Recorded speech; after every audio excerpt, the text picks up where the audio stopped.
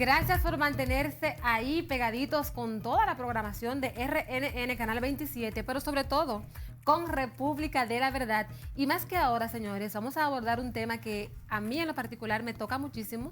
Es un tema muy sensible y sé que ustedes, muchos son padres, les va a interesar también, o que si tal vez no lo son, pero tienen por ahí algún sobrino, algún primito, el hijo de una amiga, óyeme, porque es la educación virtual y estudiantes de primera infancia, y por eso está aquí con nosotros Pamela Moquete, toda ella empoderada y bella, además de profesional.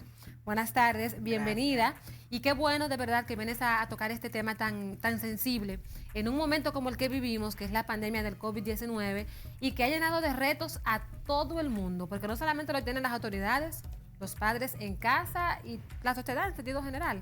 Buenas tardes y bienvenida. Ay, muchas gracias, Patricia, por la oportunidad y también por el alcance de llegar a tu audiencia.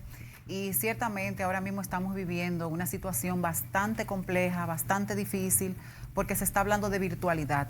Se está hablando de que los niños tienen que ser escolarizados de manera virtual, pero entonces hay una realidad importante a considerar, que son los niños de primera infancia. Esos niños con edades de 1 a 5 años que necesitan obligatoriamente el acompañamiento directo y presencial de una persona competente para ellos poder estudiar de una manera correcta.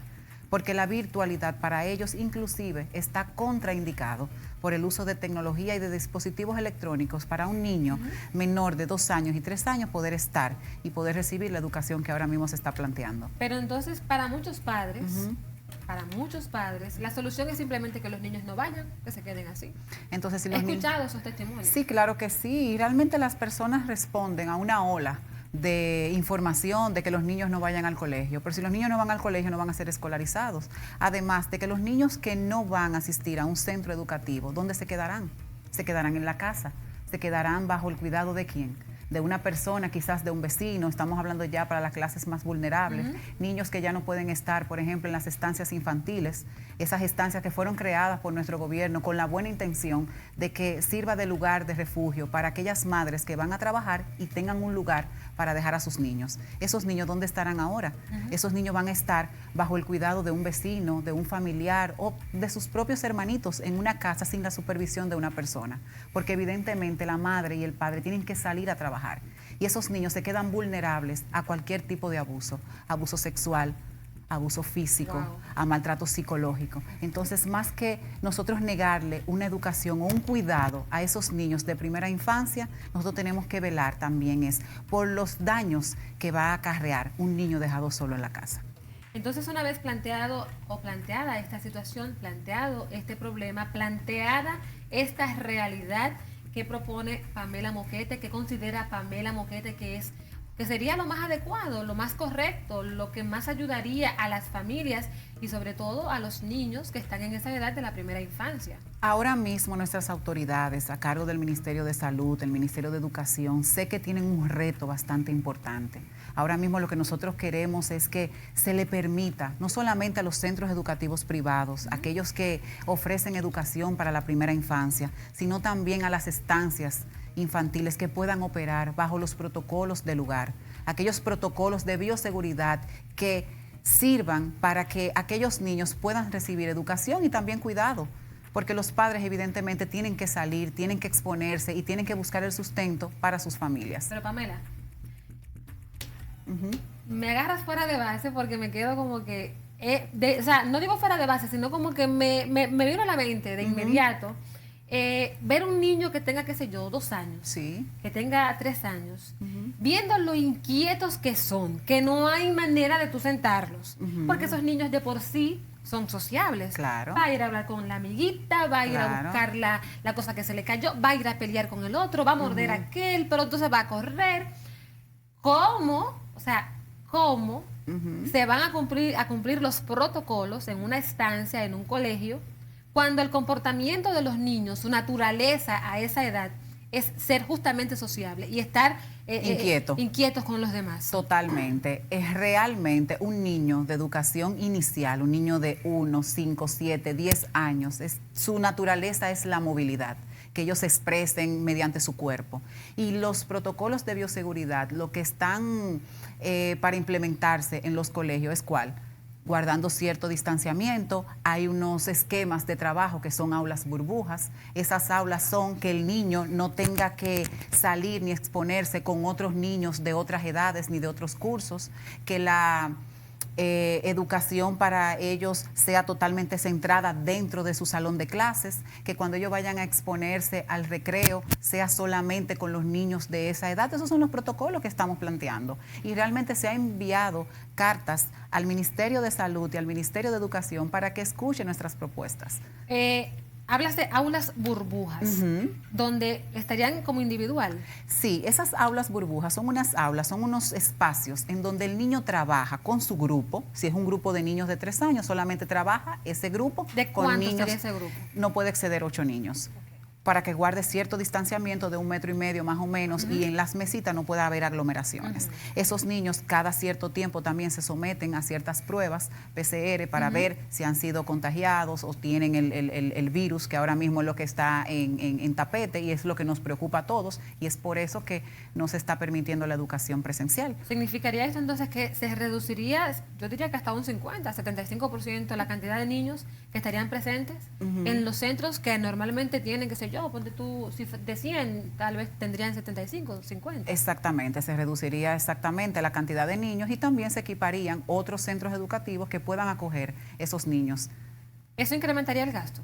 Claro que sí, pero no solamente para el sector público, sino también para el sector privado. Incrementa el gasto. Hay muchas instituciones educativas que estuvieron trabajando de manera presencial y tuvieron que incrementar sus gastos porque realmente tuvieron que adaptarse a nuevas modalidades, a nuevos protocolos de seguridad, y para que ellos puedan ofrecer el buen servicio que los niños se merecen, tuvieron que incurrir en gastos extras. Entonces, a tu juicio, el Ministerio de Educación, las autoridades no han tomado en cuenta este segmento estudiantil. ¿Tú sientes que en cierto modo, aunque la intención es buena, han sido ellos como dejados de lado? Bueno, realmente no se ha tomado en cuenta la primera infancia, no se han tomado cuenta en los niños y los estudiantes con discapacidad que evidentemente no pueden trabajar bajo un recurso tecnológico porque necesitan del acompañamiento. Aquellos niños que tienen atrofia muscular necesitan obligatoriamente de una persona, de un apoyo físico para poder trabajar. Niños con autismo, niños con Asperger, niños con alguna limitación visual, con una limitación auditiva, necesitan obligatoriamente de un acompañamiento físico, y la educación no es solamente para un grupo, sino para todos, porque la educación es un derecho. Justamente tú que mencionas la palabra autismo, yo había, hace unos días ahí coincidimos, porque decía que hay niños que tienen algunas situaciones neurológicas, incluso aquellos, por ejemplo, que son epilépticos, que a veces también, justamente por su condición, no pueden estar por largos periodos solos, como sentados y solos, aunque tengan ya 12, 13, 14, o sea, ya pueden tener una edad, pero la condición neurológica se los impide, y que ese segmento también había estado tal vez un poquito soslayado de lado por parte de las autoridades, que sabemos que están haciendo todo lo posible, pero que hay cosas como que se están quedando, y qué bueno que personas como tú, no sé si perteneces a alguna asociación o entidad o si es por motus propio que lo haces, pero yo en lo particular te felicito porque es un tema muy sensible. Estamos hablando de los niños, en una edad que absorben todo, son una esponja. Y yo era de las que decía, bueno, como que lo veía complicado, pero viéndolo desde ese punto de vista, creo que es un asunto más de voluntad que de otra cosa. Claro que sí, claro que sí. Y realmente animar a las autoridades, a los colegios, a los gestores de los centros educativos, a que puedan informar a las familias de que los niños van a estar expuestos a todo, no solamente al COVID, sino también a cualquier tipo de enfermedad, a cualquier tipo de virus, porque los padres salen, se exponen, pero los niños se quedan en la casa. Y entonces los padres también pueden ser canales para que los niños se puedan enfermar y se puedan contagiar. O sea que que ya esa campaña en las redes sociales se detuvo un poco, que decía, yo no mando a mi hijo al colegio, sí, y no envío a mi hijo a la escuela, claro, porque no los voy a mandar a que se enfermen. ¿Y sabe por qué se detuvo esa campaña? Porque una cosa es lo ideal y otra cosa es la realidad. Estamos viviendo ahora mismo una realidad, cada familia tiene una situación, cada familia sabe que lamentablemente va a tener que auxiliarse de las estancias, de los colegios, para poder ir a trabajar, para poder ir a cumplir, porque evidentemente hay más riesgo. Un niño en la casa, solo, expuesto, es vulnerable a cualquier cosa que le pueda pasar, que estando en un lugar con sus cuidados básicos y con su alimentación y con educación. ¿Cuál es la evaluación que tiene Pamela Moquete respecto a si no se toman en cuenta, por ejemplo, tus recomendaciones? Si deciden seguir como van, si vamos a hacerlo virtual, pero veremos cómo se da, y no se toman las medidas del lugar, ¿qué nivel de retroceso crees tú que se produzca en esta población estudiantil que está empezando, que no tiene ni idea cómo agarrar un lápiz y que ahora que va a aprender? O sea, ¿cómo tú evaluarías el impacto que eso generaría en esta generación de niños que en lo adelante serán los adultos y el futuro del país? Por supuesto. En la primera infancia que los niños adquieren las habilidades sociales, estas habilidades que todo ser humano debe de tener para relacionarse. Si yo no tuviera habilidades sociales, yo no estuviera aquí contigo, no estuviera aquí expresando mis inquietudes, expresando lo que yo siento. Y si un niño no tiene esas habilidades, obviamente va a quedar mutilado, no va a poder estar expresándose frente a un conglomerado, frente a sus ideas, lo que piensa. Un niño que no se expone a compartir con sus pares son sus compañeros, sus compañeritos, sus amiguitos. Realmente es un niño que no va a desarrollar la parte social, que es bastante importante para todo ser humano y para su correcto desarrollo. La parte social, muchos que les gusta a esos niños jugar. Bueno, de verdad que sí, que me convenciste, porque yo me suelo ser como que, ¿cómo van a controlar a estos muchachos? Dios mío, porque es que tú sabes que, claro, que realmente es una edad que muchos consideran incluso que es difícil, y ellos ahí aprenden incluso hasta a hablar más, a socializar y todo eso. Por supuesto. El llamado entonces que haces tú como educadora al ministro Furcal, sobre todo, que es el ministro de Educación, y quien al final tendría la decisión siempre y cuando se ponga de acuerdo con los demás, porque él dice que él escucha a los sectores. Claro. Ha hablado con los padres, ha hablado con los maestros.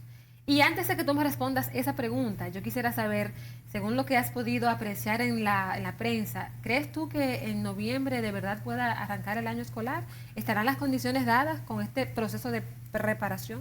Bueno, el mismo señor ministro sé que tiene muchísimo interés de que el año escolar no se pierda, de que se pueda iniciar de una manera correcta, porque él tiene la voluntad y además él es docente. Él es una persona formada en educación y sabe cuáles son las competencias y cuáles son las necesidades. Lamentablemente tuvo que asumir el cargo en una transición, en un tema de pandemia, en una situación de pandemia, y eso realmente ha sido mayor el reto para él. Pero según los pronósticos y según las mismas declaraciones de él, hay muchos retos para iniciar este próximo año escolar. Me gustaría también que le envíes un mensaje a los padres. Enviarle un mensaje a los padres, porque hay muchos que han perdido la paciencia. Incluso por ahí andan, yo me río porque hay unos audios de WhatsApp que ellos dicen que se quema el muchacho, que yo no puedo con esto. O sea, uno se ríe, pero señores, no es fácil estar en esa situación. Claro, porque el padre no es docente, no es el papá no es docente, el papá no estudió educación, el papá no está formado en educación. Que se queme ya, que no tiene la didáctica es el arte de enseñar, y eso se aprende estudiando en la universidad, capacitándote, estando en la relación con el niño, con el estudiante. Y el papá lamentablemente es papá, no es docente, no es maestro. Bueno, pues mira, yo estoy encantada, Pamela Moquete, un gusto que tú estés acá. Igualmente. Con este tema tan importante. Esperamos que según vayan dándose los acontecimientos, estés vigilante para cualquier otra novedad que la puedas compartir aquí en República de la Verdad. Cualquier sugerencia, ojalá que sea tomada en cuenta. Este ministro ha dicho que él escucha, que pone el oído, que más que hablar es escuchar, para que todos podamos aportar soluciones, y a mí me parece que aquí hay una que es bastante interesante. Ya es momento de hacer una breve pausa comercial. Si hay algún contacto donde tú quisieras que te escriban, que te puedan ubicar, das clase en algún lugar, no sé, dalo y aprovecha, porque este es un medio que también se presta para eso. Sí, muchas gracias. Yo dirijo el Centro Educativo Preescolar Tía Pamela. Pueden contactarme al teléfono 809-620-1465 y seguirme en las redes sociales de Tía Pamela 01, que es mi cuenta personal, y también de la institución Tía Pamela Preescolar. Tía Pamela. Pues mira, de verdad, me encantan las personas que trabajan con niños, son bastante sensibles. Muchas felicidades y éxito en tu proyecto, que lo sigas desarrollando muy bien, que sigas dando un buen servicio a la sociedad. Gracias. Y sobre todo que la gente se manifieste pagando. Un abrazo. Gracias. A ustedes quédense en sintonía, que regresamos en minutos con más contenido aquí en República de la Verdad.